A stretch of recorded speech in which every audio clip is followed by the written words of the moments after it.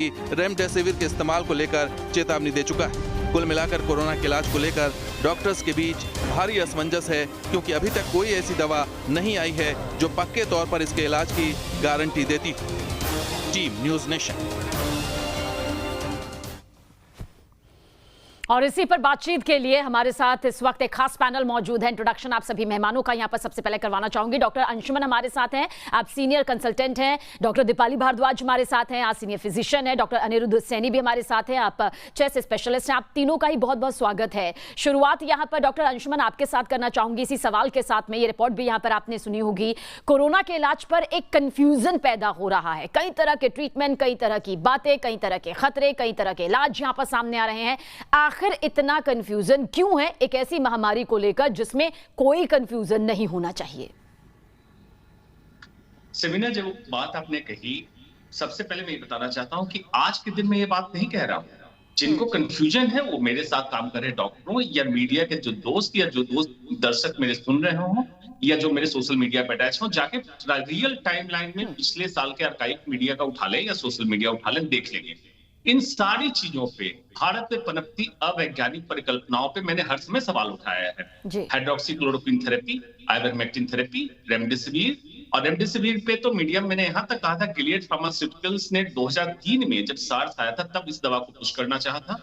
मर्स 2012 में पुश करना चाहा, लेकिन उसमें संयोग से प्रेसिडेंट ऑफ यूएस अच्छे थे, उन्होंने बिना अप्रूवल के इनको परमिशन नहीं दी। इस बार ट्रंप ने परमिशन दे दी और ये दवा इबोला हेमोरेजिक फीवर के लिए थी। अंडर ट्रायल तक तो ठीक था, लेकिन जिस तरह से ओवर द काउंटर लोगों ने इसकी मारामारी की और कालाबाजारी हो गई, इसके लिए रिकमेंडेड नहीं था। लेकिन हिंदुस्तान भावनात्मक देश है, यहाँ दो एक्सट्रीम पे काम होता है, या तो दवा नहीं मिलेगी, नहीं तो कालाबाजारी भी मिलेगी। बीच की चीज होती नहीं है। जो डॉक्टर हैं वो तो विलुप्त हो जाते हैं, और कुछ सरकार के जो चाटुकार डॉक्टर हैं वो आके टेलीविजन पे कुछ बोल जाते हैं, उसको लोग फॉलो करके समझ लेते हैं ये ओवर द काउंटर खरीद लो, होल्ड कर लो, चाहे वो रेमडेसिविर हो चाहे ऑक्सीजन कंसंट्रेट हो। हमें वैज्ञानिक सोच का विकास करना पड़ेगा, तभी बीमारी से सही तरीके से हम लड़ पाएंगे, और इसकी बहुत जरूरत है। तो अथाह पैसे बर्बाद होते हैं, जाने चली जाती हैं और बेवजह इलाज होता है। सबीना, मैं ये सबसे दरखास्त करूंगा, आज नहीं आगे आने वाले समय भी मेडिकल साइंस को बहुत साइंटिफिक तरीके से समझने की जरूरत है, सब लोग समझें। बिल्कुल, और बहुत ज़रूरी है कि जो कन्फ्यूज़न दिखाई दे रहा है वो कन्फ्यूज़न दूर हो, क्योंकि कोरोना एक ऐसी महामारी है जिसे अगर मात देना है तो क्या प्रक्रिया है, क्या इसका पूरा प्रोसेस है, किस तरह से चरणबद्ध तरीके से हमें आगे बढ़ना है, वो यहाँ पर ब्लूप्रिंट पूरी तरह से तैयार होना चाहिए। डॉक्टर दीपाली भारद्वाज, आपसे भी मैं ज़रा यही समझने की कोशिश करूँगी, कन्फ्यूज़न कम से कम कोरोना जैसी महामारी को लेकर जो पैदा हो रहा है वो यहाँ पर नहीं होना चाहिए। हर कोई अपने अपने तर्क दे रहा है, हर कोई अपने अपने इलाज को बेहतर बता रहा है, लेकिन उस इलाज के बीच में कुछ खतरे भी सामने आ रहे हैं, कुछ विवाद भी सामने आ रहा है, उस विवाद का भी जिक्र करेंगे। लेकिन इस कंफ्यूजन की पीछे की आप वजह क्या मानती हैं? इस कंफ्यूजन की वजह, सबीना जी, मुझे लगता है कि महामारी में सब लोग डॉक्टर बनते जा रहे हैं। जैसे डॉक्टर साहब ने भी बताया कि क्यों लोग होर्डिंग कर रहे हैं, क्यों काला बाजारी बढ़ रही है। अगर ये तो डॉक्टर डिसाइड करेगा ना कि आइवरमेक्टिन देनी है कि नहीं। आइवरमेक्टिन एक बहुत ही सेफ एंटी पैरासिटिक दवाई है जो स्केबीज और तरह तरह की बीमारियों में दी जाती है, जो अमेरिका में भी कोविड-19 में दी जा रही है। तो अगर डॉक्टर को लगता है कि उसको देनी है तो डॉक्टर देगा। बहुत ही मामूली और सस्ती दवाई है जो लोगों को खरीद के घर पे नहीं रखनी, खुद नहीं खानी। रेमडेसिविर की इंजेक्शन खुद घर पे नहीं लगा सकते।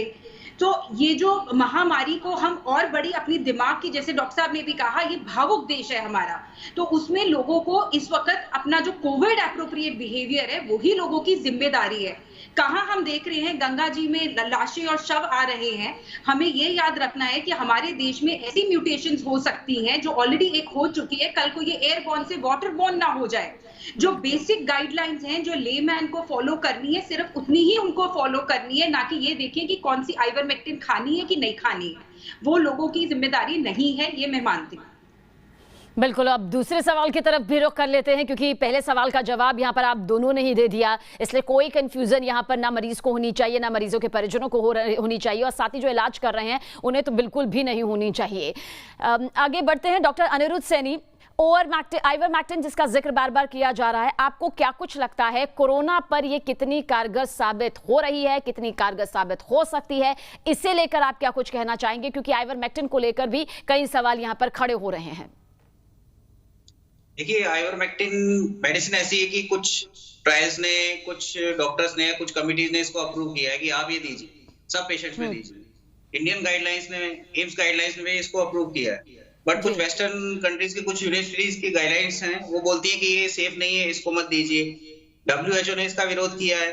तो यदि कोई ऐसी मेडिसिन है जिसका अभी क्लियर नहीं है कि वो फायदा भी कर सकती है, नुकसान भी कर सकती है, तो मेरी ओपिनियन में इसको एकदम अभी होल्ड कर देना चाहिए। इसको तब तक नहीं देना चाहिए जब तक सब लोग इसको अप्रूव नहीं कर देते हैं, जब तक सारे एक्सपर्ट्स इसको अप्रूव नहीं कर देते। क्योंकि इसके अलावा भी हमारे पास बहुत सारी मेडिसिन हैं ऑलरेडी, क्योंकि बहुत ज्यादा इफेक्टिव है आइवरमेक्टिन के कंपैरिजन में। जी डॉक्टर अंशुमन, आप कितना सहमत नजर आते हैं कि सबसे पहले जो तमाम एक्सपर्ट्स हैं उनकी तरफ से इसे अप्रूवल मिलना चाहिए, आइवरमेक्टिन जिसका जिक्र यहां पर किया जा रहा है, क्योंकि ये कोरोना के इलाज में कितनी कारगर साबित है या हो रही है या फिर नहीं हो रही है, इसे लेकर आपको क्या कुछ लगता है, किस तरह से ये यहां पर तय हो पाएगा? देखो, डॉक्टर अनिरुद्ध एक यंग फिजिशियन है, कितनी अच्छी बात कही कि जब तक कॉमन कंसेंसस ना हो, मतलब सारे पैनल ये अप्रूव ना कर दे कि ये दवा, यही होना चाहिए मेडिकल साइंस तथ्य पे चलता है। आज क्या हो रहा है, गोवा का स्वास्थ्य मंत्री कुछ बोल रहा है, आइवरमेक्टिन सबको खिला दो। कोई स्वास्थ्य मंत्री उन अनपढ़ों को मंत्रालय चलाने के अलावा मरीज देखना आता है, इस तरह के स्टेटमेंट देते हैं, उनको समझ में आता है इसके साइड इफेक्ट्स कितने होते हैं। मेडिकल की हर दवा एक केमिकल है, अगर इसका इम्पैक्ट कुछ ठीक करने में है तो कुछ नुकसान भी होता है। बेवजह आप लोगों को खिला रहे हैं हाइड्रोक्सीक्लोरोक्विन खा के डॉक्टर तक की जान गई है, कार्डियक एरिथमिया हो गई। और उस समय ट्रंप से लेके हिंदुस्तान में सबने हाइड्रोक्सीक्लोरोक्विन सबको खिला दिया कोरोना से बचने के लिए। आप इससे बेहतर होता, जैसे मीडिया ने लोगों को जागरूक किया था, मास्क कैसे लगाना यही सिखा देते हिंदुस्तान में, ज्यादा बेहतर होता आप आइवरमेक्टिन हाइड्रोक्सीक्लोरोक्विन खिलाए। तो बिल्कुल इस पे मैं बहुत कड़ा रुख रखता हूं हर समय कि अनाप शनाप स्टेटमेंट, और एम्स कोई माइलस्टोन नहीं है, उससे अच्छे काम बहुत सारे स्टेट मेडिकल कॉलेज के डॉक्टरों ने किया है, कर रहे हैं जी। Common consensus. दूसरा, ICMR एक स्पाइनलिस्ट संस्था बन चुकी है, हेल्थ स्वास्थ्य मंत्रालय स्पाइनलिस्ट संस्था बनी हुई है। हमारी एक बॉडी भी आके खड़ी होकर स्टैंड से ये नहीं कहती कि ये पैनल बनाओ, ये स्ट्रॉन्ग साइंटिफिक बैकग्राउंड का डॉक्टर है, इसको ट्रायल करने दो, और ट्रायल का रिजल्ट आएगा तब दवा अप्रूव होगी। ये कंट्री चल रहा है, क्या चल रहा है, राम भरोसे कर दिया है कंट्री को। There must be difference between God governance and good governance. ये God governance, राम भरोसे हिंदू होटल चल रहा है, बिल्कुल। और यकीनन सर ऐसा नहीं होना चाहिए, क्योंकि किसी एक की जिंदगी जो है वो कईयों की जिंदगी से जुड़ी होती है, और जाहिर सी बात है एक डोज अगर ओवर हो जाए तो वो किस तरह से किसी के शरीर को भारी नुकसान पहुंचा सकती है, ये कई केसेस हमने देखे हैं। इसलिए छोटे छोटे कदम भी सोच समझ कर यहाँ पर उठाने की जरूरत है, कोई दो राय नहीं, आप सभी से हम पूरी तरह सहमत हैं। Doctor Deepali Bhardwaj, ivermectin tablet जिसका जिक्र बार बार किया जा रहा है, फिर भी आपको क्या लगता है वो कौन से हालात, वो कौन सी परिस्थितियां हो सकती हैं जब इसे लिया जा सकता है, बल्कि बेवजह लेने की बजाय कि भाई इसकी घोषणा कर दी गई है, हमने किसी पेपर में पढ़ लिया था, हमने किसी मैसेज में पढ़ लिया था कि वाह ये तो सेहत के लिए बहुत अच्छी है, अभी आपको कोरोना से छुटकारा दे देगी, ये नहीं, बल्कि कौन से वो हालात हो सकते हैं जिनमें ये मेडिसिन ली जा सकती है? अगर मरीज कोविड पॉजिटिव आ गया है या उसको बुखार है, 2-3 दिन से रिपोर्ट की वेटिंग चल रही है, रिपोर्ट 7 दिन बाद आएगी, मैं नहीं मानती कि ये दवाई गलत है देनी, मगर डॉक्टर के सुपरविजन में दी जाए और उसको कोई और कोमॉर्बिडिटीज ना हो।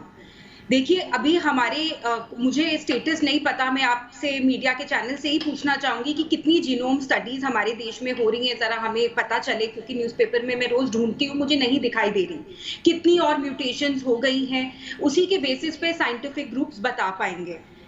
और इस वक्त हमारे यहाँ पे जो आंकड़े हैं वो हम वर्ल्ड लीडर्स बनने की प्रोसीजर में हैं, बस हम उसी तरफ चल रहे हैं कि हम world leaders in number of deaths हमारा देश बन जाए। तो आइवरमेक्टिन जो 100 साल पुरानी दवाई है, जिसके साइड इफेक्ट नहीं है, नोजिया डिजीनेस है सिर्फ। हालांकि अगर आप रेमडेसिविर के साइड इफेक्ट देखें तो इससे 100 गुना ज्यादा हैं आप आइवरमेक्टिन से, कॉस्ट में भी और साइड इफेक्ट में भी। अगर आप प्लाज्मा थेरेपी डिस्कस करें तो वो भी अगर लेट हो जाए या अगर उसके अंदर एंटीबॉडीज कम हो तो उसके भी साइड इफेक्ट आ सकते हैं। तो अगर मद्देनजर रखा जाए, और प्लाज्मा थेरेपी भी कोई गोल्ड स्टैंडर्ड नहीं है, रेमडेसिविर भी एक ट्रायल ड्रग है क्योंकि ये एक नया वायरस है। तो मैं नहीं मानती कि इस दवाई को देना गलत होगा, और ये उतना ही गलत नहीं होगा जितना हर इंसान कोविड पॉजिटिव होते ही या जब से महामारी शुरू हुई है सब लोग शायद विटामिन सी और जिंक खा रहे हैं। विटामिन सी और जिंक आज खाने से जो वाटर सोल्यूबल विटामिन सी है वो हमें कोरोना से नहीं बचाता, मगर हर डॉक्टर लिखता है ये स्कर्वी या विटामिन सी की डेफिशिएंसी नहीं है, मगर हम लिखते हैं, हमें लगता है इम्यूनिटी उस वक्त बढ़ती है। तो उसी तरह आइवरमेक्टिन अगर पॉजिटिव हो जाए या जैसे गांव गलियार में जहां पे बल्क में लोगों को अब होता जा रहा है कोरोना, और तो मुझे नहीं लगता, मुझे लगता है सरकार इनफैक्ट प्रेफर करेगी क्योंकि ये सस्ती ड्रग है, हमारे देश में ही मैन्युफैक्चर होती है और स्टडी आने में बहुत टाइम लगेगा। बिल्कुल डॉक्टर अनिरुद्ध सैनी, हालांकि डॉक्टर दीपाली ने पूरी तरह से बता दिया कि आखिर आइवरमेक्टिन टैबलेट कब लेनी चाहिए, किन हालातों में लेनी चाहिए और किस तरह से डॉक्टर का परामर्श सबसे ज्यादा जरूरी होता है। कितना आप सहमत नजर आएंगे, क्योंकि ये वक्त ऐसा है कि जहां पर इंसान जो कुछ सुन रहा है कि ये बेहतर है, चाहे वो घरेलू हो, चाहे वो एलोपैथिक हो, होम्योपैथी हो, आयुर्वेदिक हो, वो अपने आप से ही डॉक्टर बनकर उस मेडिसिन को ले रहा है और अपना भारी नुकसान कर रहा है। आइवरमेक्टिन टैबलेट को लेकर आपको क्या कुछ लगता है, जो कंफ्यूजन सामने आ रहा है, जो विवाद सामने आ रहा है, इस टैबलेट को कितना जरूरी है कि डॉक्टर की सलाह के अनुसार ही लिया जाए, खुद का डॉक्टर बनकर ना खुद लिया जाए ना ही अपने परिजन या मरीजों को दिया जाए? जी देखिए, इसमें तो कोई सी भी मेडिसिन का सवाल हो डॉक्टर के सुपरविजन में ही लेना चाहिए। इवन जो विटामिन सी है, मल्टी विटामिन्स है, न्यूट्रिशन सप्लीमेंट्स है, ये सब भी डॉक्टर की सलाह से ही लेने चाहिए। अब जैसे आइवरमेक्टिन का जहां तक बात है, तो हमारे जो कंट्री में जो एम्स ने खुद की जो स्टडीज करी है उनमें तो हमारी जो पर्टिकुलर हमारी इंडियन रेस के ऊपर उनको तो कोई इसका कुछ साइड इफेक्ट्स लगा नहीं, फायदा ही लगा। हेलो जी, बिल्कुल हम आपको सुन पा रहे हैं sir.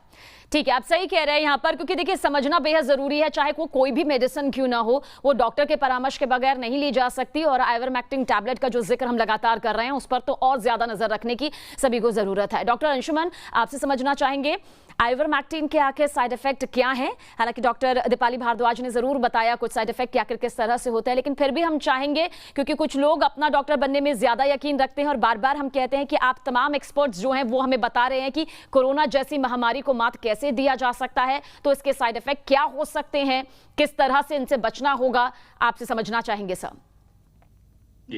Doctor Deepali doctor Aniruddh ने पूरा बता दिया, उसको मैं सिंप्लीफाइड करता हूँ, साधारण भाषा में दर्शकों के लिए आसान कर देता हूँ। ओवर द काउंटर मेडिसिन ना खरीदें, व्हाट्सएप फेसबुक यूनिवर्सिटी पे पढ़ के दवा खरीद के ना खाएं। सिलेक्टेड ग्रुप, मतलब कुछ खास मरीजों में दवा की जरूरत होती है, वो डॉक्टर को डिसाइड करने दें, डॉक्टर के कहने पे, प्रेस्क्रिप्शन पे।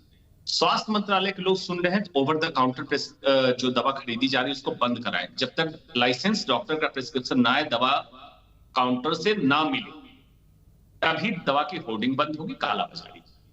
दूसरी बात, जहां अफसोस बस हिंदुस्तान का स्वास्थ्य मंत्री भी जाके कोरोना जैसी दवाओं का इंडोर्समेंट करता है एक भगवा व्यापारी के साथ। आयुर्वेद में अच्छी अच्छी दवाएं हैं एंटीवायरल, उसमें पढ़े लिखे डिग्रीधारी वैद्य के संपर्क में जाएं और उनसे जानकारी लें, आयुर्वेद की दवा लें।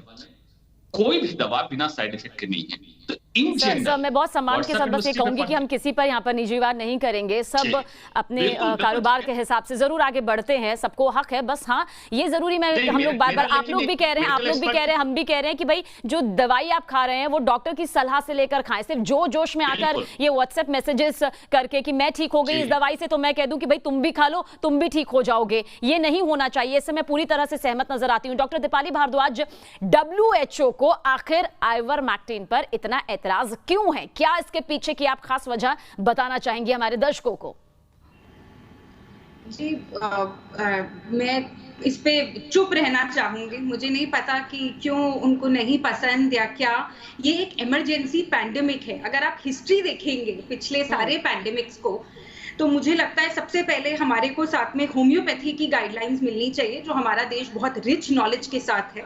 आयुर्वेदा की हमारे को गाइडलाइंस भी मिल रही हैं, वो भी साथ में एलोपैथी के साथ देनी चाहिए। ये एक ऐसी इमरजेंसी है, ऐसी पोजीशन पे हम आ गए हैं जहाँ पे मेडिकल, इकोनॉमिक, हर तरह की इमरजेंसी यहाँ पे वापस आ गई है और ये बढ़ती जाएगी। जीनोम स्टडीज आने पे पता चलेगा कि थर्ड वेव के बाद फोर्थ वेव भी कब आएगी, क्योंकि जिस तरह हम शव को देख रहे हैं, मुझे लगता है यहाँ पे बहुत म्यूटेशंस होंगी और अभी भी झुंडे भी इकट्ठे हो रहे हैं, लोग शादी पे भी जा रहे हैं, कोविड एप्रोप्रिएट बिहेवियर मिसिंग है। जैसे डॉक्टर साहब ने भी बहुत ठीक बात कही, लोग टीवी से देख के, कहीं से पढ़ के दवाई का नाम सुनते हैं और उसको घर पे रख लेते हैं। वो ना करके जो लोगों की जिम्मेदारी है, जो हम लोगों की जिम्मेदारी है, वो है आत्मनिर्भर भारत। हमें अपना मास्क ठीक से पहनना है, सोशल डिस्टेंसिंग रखनी है, जब सोशल डिस्टेंसिंग ना हो पाए तो डबल मास्क पहनना है, हाथों को साफ रखना है। ये सिर्फ जिम्मेदारी है इन सब लोगों की। किसी की डेथ हो तो उसका साथ देना है, थोड़ा सा ह्यूमैनिटी टच रखना है। हमने पूरी दुनिया में कहीं नहीं देखा कि जिस तरह यहाँ पे डेड बॉडीज को, शव को छोड़ा है। मुझे लगता है कि हमें इस वक्त किसी बॉडी की गाइडलाइंस देखने की जगह जो अपने ट्रस्टेड डॉक्टर्स हैं उनसे इलाज कराएं, अगर डॉक्टर ना मिले तो ऑनलाइन डॉक्टर से इलाज कराएं।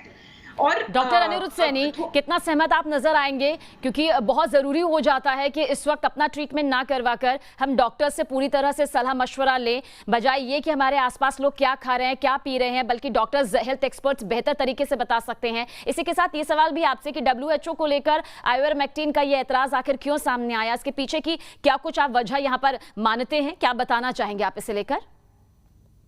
देखिए, हर एजेंसी के पास अपने एक पैनल ऑफ एक्सपर्ट्स होता है। जैसे पहले ही बताया, मैंने कुछ ट्रायल्स में कोई दवाई अच्छी पाई गई, किसी ट्रायल में वो नहीं पाई गई, तो उस पैनल ऑफ एक्सपर्ट्स की क्या ओपिनियन थी, उनका क्या एनालिसिस था, तो उस पर डिपेंड करता है। अब WHO ने जिन एक्सपर्ट्स को हायर किया है या जो उनके हैं परमानेंट एक्सपर्ट्स हैं, तो उनको उन्होंने जो भी ट्रायल्स करी है, जो भी स्टडीज करी है, उनको लगा होगा कि अभी शायद इसकी जरूरत नहीं है, आइवरमेक्टिन की या ये काम नहीं कर रही है, तो शायद उन्होंने इसलिए कहा होगा। एग्जैक्टली क्या है वो कोई नहीं जानता, बट हमारी कंट्री में एम्स ने उसको अच्छे से अप्रूवल दिया है, क्योंकि एम्स हमारे इंडियन देश के पेशेंट्स पे टेस्टिंग कर रहा है, उनको ट्रीट कर रहा है, तो उनको तो अब तक कोई भी ऐसा सीरियस साइड इफेक्ट नहीं मिला है। उन्होंने तो बल्कि इसको देने के लिए बोला है। इवन जो ईस्टर्न वर्जीनिया मेडिकल स्कूल की है, यूएस की जो गाइडलाइंस है, उन्होंने भी इसको बहुत सपोर्ट किया है। लेकिन वही है कि जब तक अगर सब लोग सपोर्ट ना करें इसको, तो अगर उसकी जगह कोई अल्टरनेटिव से हम काम चला सकें तो that would be much better. मेरी डॉक्टर अंशुमन, आप क्या इसके पीछे की वजह मानेंगे, क्योंकि अभी फिलहाल WHO पर सबकी निगाहें टिकी रहती हैं कि क्या गाइडलाइंस आएंगी, क्या कुछ उनकी तरफ से कहा जा रहा है, छोटी छोटी बातें भी लोग बहुत गौर से पढ़ते हैं, सुनते हैं और उस पर रिएक्ट भी करते हैं। इसके पीछे की आप क्या वजह मानेंगे? इसके अलावा जानना चाहेंगे प्लाज्मा थेरेपी को लेकर भी आपसे सवाल होगा कि प्लाज्मा थेरेपी आखिर कितनी ज्यादा महफूज और कारगर है। हम चाहेंगे इन्हीं दोनों सवालों का आप जवाब दें सर। पहले जी, WHO एक इंटरनेशनल एजेंसी है, वर्ल्ड हेल्थ ऑर्गेनाइजेशन, जो अंडर सर्विलेंस है, उस पे नजर सबकी रहती है, मेडिकल एक्सपर्ट की भी और नॉन मेडिकल की। वो कभी भी बहुत सतही तौर पे किसी का जवाब नहीं देता है, और किसी का ऑब्जेक्शन उठाता है, उसके पीछे वजह जरूर होती है। उसको लाइटली ना ले WHO स्टेटमेंट को। WHO ऐसा नहीं कि हम ही लोग देख रहे हैं, यूरोप के लोग, अमेरिका के लोग भी उसको सर्विलेंस पे रखेंगे, रडार पे रखेंगे। और WHO का कोई भी स्टेटमेंट बहुत सतही या छिछला होगा, हम लोग ऑब्जेक्ट कर देते हैं। इसे WHO ने वार्न किया है, तो उसको सीरियसली लेना चाहिए। दूसरा, प्लाज्मा थेरेपी आपने पूछा। प्लाज्मा थेरेपी क्या है? कॉन्सेंट्रेशन ऑफ एंटीबॉडी अगेंस्ट कोविड-19 है। SARS-CoV-2 वायरस के अगेंस्ट कुछ एंटीबॉडी जो लोग रिकवर कर गए, उनके प्लाज्मा में, मतलब ब्लड में मौजूद है। उसमें से रेड ब्लड सेल हटा दिया, जिससे खून का रंग लाल होता है, और एंटीबॉडी को कॉन्सेंट्रेट करके आप देते हैं। लेकिन इस थेरेपी को इसलिए इतना कारगर नहीं कहा गया कि कॉन्सेंट्रेशन ऑफ वायरस, मतलब वायरस लोड ब्लड में कितना है और कितनी एंटीबॉडी आप दे रहे हैं, इससे जो न्यूट्रलाइज कर रहे हैं उसका फायदा कितना। तो देखा गया कि ICU स्टे में कोई कमी नहीं आई, या अनफॉर्चुनेट मौत जो हो रही उसमें कोई कमी नहीं आई। तो देखा गया कि इनडायरेक्टली कहीं ऐसा तो नहीं इम्यून सिस्टम को और ये सप्रेस कर रहा है, क्योंकि एंटीबॉडी आपने दे दिया, जो चैलेंज बन रहा था इम्यून सिस्टम पे, वो चैलेंज भी खत्म हो गया और इम्यून सिस्टम और आपका सप्रेस होने लगा बाहर से एंटीबॉडी आने का। इसलिए इंटरनेशनल एजेंसी कह रही जब तक इसका ये ना आए, तो कॉम्पैशनेट ग्राउंड, मतलब दया के भाव में, जो मरीज ICU में वेंटिलेटर पे हो, उसमें से प्लाज्मा थेरेपी का आप ट्रायल कीजिए, तब दीजिए, सब में मत दीजिए।